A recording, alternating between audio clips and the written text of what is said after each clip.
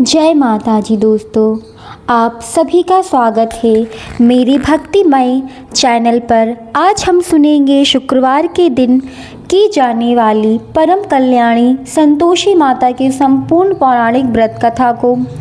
मान्यता है कि माँ संतोषी का यह व्रत करने से जीवन में सुख, शांति, धन धान्य और सबसे महत्वपूर्ण संतोष की प्राप्ति होती है। अगर आप अपने दुखों से मुक्ति चाहते हैं, आर्थिक संकटों से दूर करना चाहते हैं या मनोकामना पूर्ण करना चाहते हैं तो यह व्रत आपके लिए। आप भी श्रद्धा और भक्ति के साथ कथा को सुनें और जय माता जी संतोषी कमेंट बॉक्स में ज़रूर लिखें। आइए सुनने से पहले पूजा विधि जान लेते हैं। संतोषी माता का व्रत 16 शुक्रवार तक किया जाता है, लेकिन अगर आप एक दिन भी सच्चे मन से कथा सुनते हैं तो उसका फल अवश्य ही मिलता है। आइए जरूरी सामग्री विधि जान लेते हैं। माँ संतोषी माता की तस्वीर, मूर्ति या चित्र रूप स्थापित कर लें। कलश जल से भरा हुआ हो। गुड़ और चना प्रसाद के लिए सबसे महत्वपूर्ण होते हैं। फूल, रोली, सिंदूर, अक्षत, चावल या घी का दीपक और धूप जलाएं। पूजा के नियम। शुक्रवार के दिन सूर्योदय से पहले उठकर स्नान करें और साफ वस्त्र पहनकर एक चौकी पर लाल कपड़ा बिछा कर माँ संतोषी माता की तस्वीर को स्थापित करें। कलश स्थापित करें। माता को फूल, रोली, अक्षत आदि अर्पित करें। माँ को गुड़ और चना का भोग लगाएं। घी का दीपक जलाकर व्रत का कथा सुनें। इस दिन खट्टी चीज़ों को छूना भी अमान्य है। आइए भक्तों, संतोषी माता व्रत कथा पौराणिक कथा का श्रवण करते हैं। बहुत समय पहले की बात है। एक बुढ़िया थी जिसके 7 बेटे थे। उनमें से 6 बेटे कमाऊ थे और 7वां बेटा कुछ काम धंधा नहीं करता था, इसलिए वह निकम्मा कहलाता था। बुढ़िया माँ अपने 6 कमाने वाले बेटों के लिए स्वादिष्ट भोजन बनाती और बड़े प्रेम से उन्हें खिलाती, पर 7वें बेटे को वह उसकी झूठन खिलाती। 7वां बेटा बहुत भोला भाला, इसलिए वह इस बात को ध्यान नहीं देता। एक दिन 7वें बेटे की पत्नी, उसकी बहू ने उससे कहा, देखो तुम्हारी माँ तुम्हें सबके बाद बचा कुचा भोजन खिलाती हैं, फिर भी तुम कहते हो कि माँ मुझसे बहुत प्रेम करती है। यदि तुम्हें विश्वास ना हो तो तुम स्वयं ही देख लेना।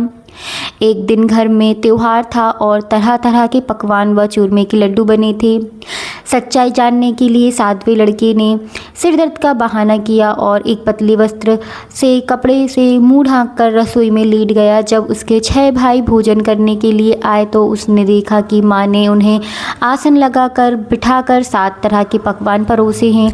उनके जाने के बाद माँ ने सबके जूठन में एक एक लड्डू और 7वें बेटे को बोला, बेटा उठ, अब तू भी खाना खा ले। यह देखकर उसने कहा, माँ मुझे भोजन नहीं करना है, मैं परदेश जा रहा हूँ। माँ ने कहा, कल जाता था तो अभी चला जा। वह उसी समय घर से निकल गया। चलते समय उसने पत्नी की याद आई जो गौशाले में गोबर से कंडे थाप रही थी।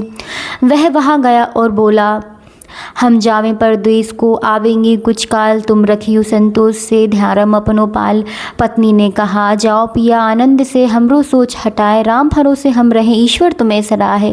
देहु निशानी आपनी, देख धरू में धीरा, सुधी मत हमारी बिसरइयो, रखिए मन गंभीरा।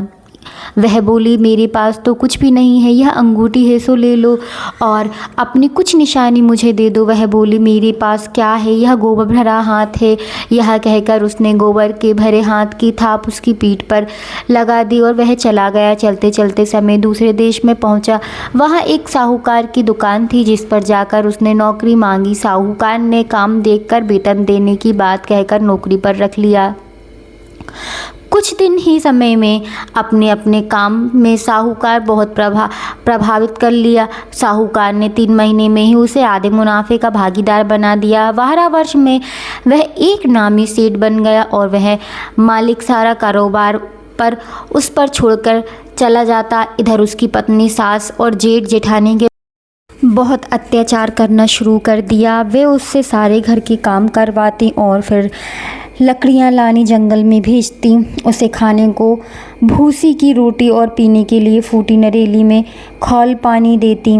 इस तरह वह दुख से दिन गुजार रही थी। एक दिन लकड़ियाँ लेने जाते समय उसने रास्ते में बहुत सी स्त्रियों को संतोषी माता का व्रत करते देखा। उसने पूछा, यह तुम किस देवी देवता का व्रत कर रही हो? इसे कैसे करते हैं और क्या फल प्राप्त होता है? स्त्रियों ने बताया, यह संतोषी माता का व्रत है। इसे करने से दरिद्रता, मन की चिंताएं, कलह कलेश, रोग दूर होते हैं।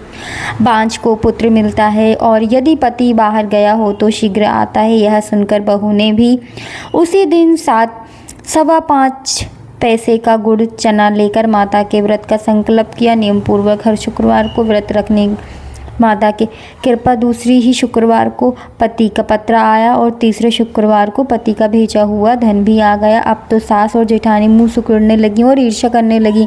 उन्होंने उसे ताने देना शुरू कर दिया। एक दिन माता ने उसके पति को सपने में दर्शन दिए और कहा, अरे साहूकार बेटे, तू यहाँ किस बात से रुका हुआ है? तेरी पत्नी घर पर बहुत दुख सह रही है, तू अब घर क्यों नहीं जाता?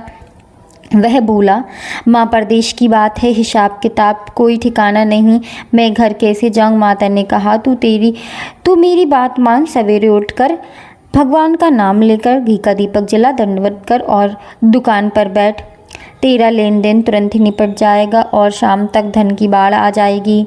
उसने ऐसा ही किया और देखते ही देखते सारा काम निपट गया। उसने घर के लिए कपड़े गहने खरीदने और घर की ओर के लिए निकल पड़ा। इधर बहू रोज माता के मंदिर में जाकर अपने सुख दुख कहती। एक दिन माता ने उसे दर्शन दिया और कहा, जा बेटी, तेरा स्वामी आ रहा है, तू 3 लकड़ियों के गट्ठे बना, एक नदी के किनारे रखना, एक घर के दरवाजे पर रखना और तीसरे अपने सिर पे रखना। तेरा पति जब नदी के किनारे विश्राम करेगा, तू भोजन करके घर आएगा, तब तुम आंगन के बीच में गट्ठा पटक कर 3 बार जोर से कहना, सासू जी, लकड़ियों का गट्ठा लो, भूसी की रोटी दो और नरेली की खोल में पानी दो। आज मेहमान कौन आया है? बहू ने माता के कहे अनुसार किया। वह जंगल गई। आंगन में गट्ठी पटक कर जोर से बोली, सासू जी, लकड़ी का गट्ठा लो। तो उसकी सास झट से बाहर निकली और बोली, अरे पगली, तुम्हारा स्वामी आया है, बैठ, तुम्हारे स्वामी के लिए पकवान बनाती हूँ। बहू ने पति से पूछा, आज कौन मेहमान आया है? पति ने कहा, मैं ही तुम्हारा गुलाम हूँ। वह बोली, मैंने अपने स्वामी को आज से 12 वर्ष पहले खो दिया था, इसलिए मेरा स्वामी कोई दूसरा है, मेरी स्वामी तुम ही हो। घर में सुख शांति लौट आई। अब बहू ने उद्यापन की तैयारी की। जेठानी खटाई खाने के लिए उकसाया, लेकिन उसने नियम का पालन किया। उसने 8 लड़कों को भोजन कराया। वह जेठानी के बेटों ने जानबूझकर खटाई खा ली। इससे माता कुपित हो गई और बहू के पति को जेल हो गई। बहू ने माता से क्षमा मांगी और माता ने उसे माफ़ कर दिया। माता की कृपा से उसका पति भी छूट गया। अगले दिन शुक्रवार था। बहू ने विधिवत उद्यापन किया। ब्राह्मण के लड़के को भोजन कराकर दक्षिणा के रूप में पैसे दिए। माता प्रसन्न हुई और थोड़ी ही दिनों में बहू को पुत्र रत्न की प्राप्ति हुई। पुत्र होने पर माता की कृपा से घर में धन धान्य संपदा और सुख शांति छा गई। यह कथा समाप्त हुई। माता की आरती करें और प्रसाद सभी में बांट दें। अगर आपको वीडियो अच्छी लगी हो तो लाइक करें, कमेंट करें एंड शेयर करें। श्री राधे कृष्ण। मिलते हैं नेक्स्ट वीडियो में, तब तक के लिए श्री राधे राधे। जय माता दी।